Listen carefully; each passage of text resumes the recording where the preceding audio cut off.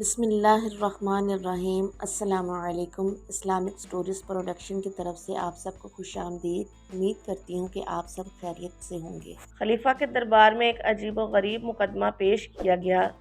دربار میں ایک عورت کو پکڑ کر لایا گیا جس پر زنا کا الزام تھا۔ عورت کی شادی ایک انتہائی ضعیف شخص سے ہوئی تھی اور وہ بوڑھا شخص اپنی بیوی سے مباشرت کرتے ہوئے فوت ہو گیا۔ اتفاق سے اسی بوڑھے کے نطفے سے عورت حاملہ ہو گئی۔ بچے کی پیدائش پر بوڑھے آدمی کی بڑی اولاد نے عورت پر الزام لگا دیا کہ بچہ زنا سے پیدا ہوا ہے اور یہ ہماری باپ کی اولاد نہیں ہے۔ اتفاق سے حضرت علی رضی اللہ تعالیٰ عنہ بھی تھے۔ آپ نے عورت سے کچھ سوالات کیے کہ تمہاری شادی کب ہوئی، کس وقت مفارقت عمل میں لائی گئی اور بوڑھے شخص کی وفات کب ہوئی۔ عورت نے سب سوالات کے جوابات دے دیے، مگر حضرت علی رضی اللہ تعالیٰ عنہ نے دربار میں بیٹھے سب لوگوں سے کہا کہ اپنے اپنے گھر چلے جاؤ، جب تم کو بلایا جائے تو آ جانا، اس معاملے کا فیصلہ کیا جائے گا۔ دربار میں بیٹھے سب لوگ چلے گئے اور پھر ایک مقررہ تاریخ پر سب کو دربار میں طلب کیا گیا۔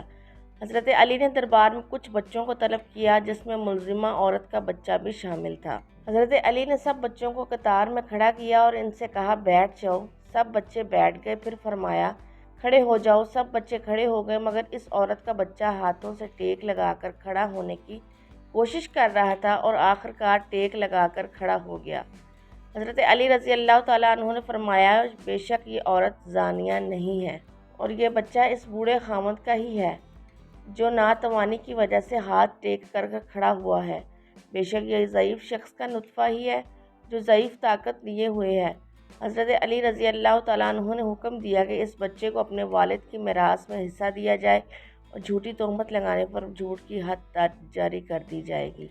میں امید کرتی ہوں کہ ویڈیو آپ کو سب کو پسند آئی ہوگی۔ ویڈیو پسند آ جائے تو لائک اور شیئر ضرور کر دیجیے گا اور آنے والی ویڈیوز کے لیے ہمارے چینل کو سبسکرائب کر دیں اور ساتھ موجود بیل آئیکن کے بٹن کو ضرور دبا دیں تاکہ ہماری ہر آنے والی ویڈیو سب سے پہلے آپ تک پہنچے۔ اللہ تعالیٰ آپ کا حامی و ناصر ہو۔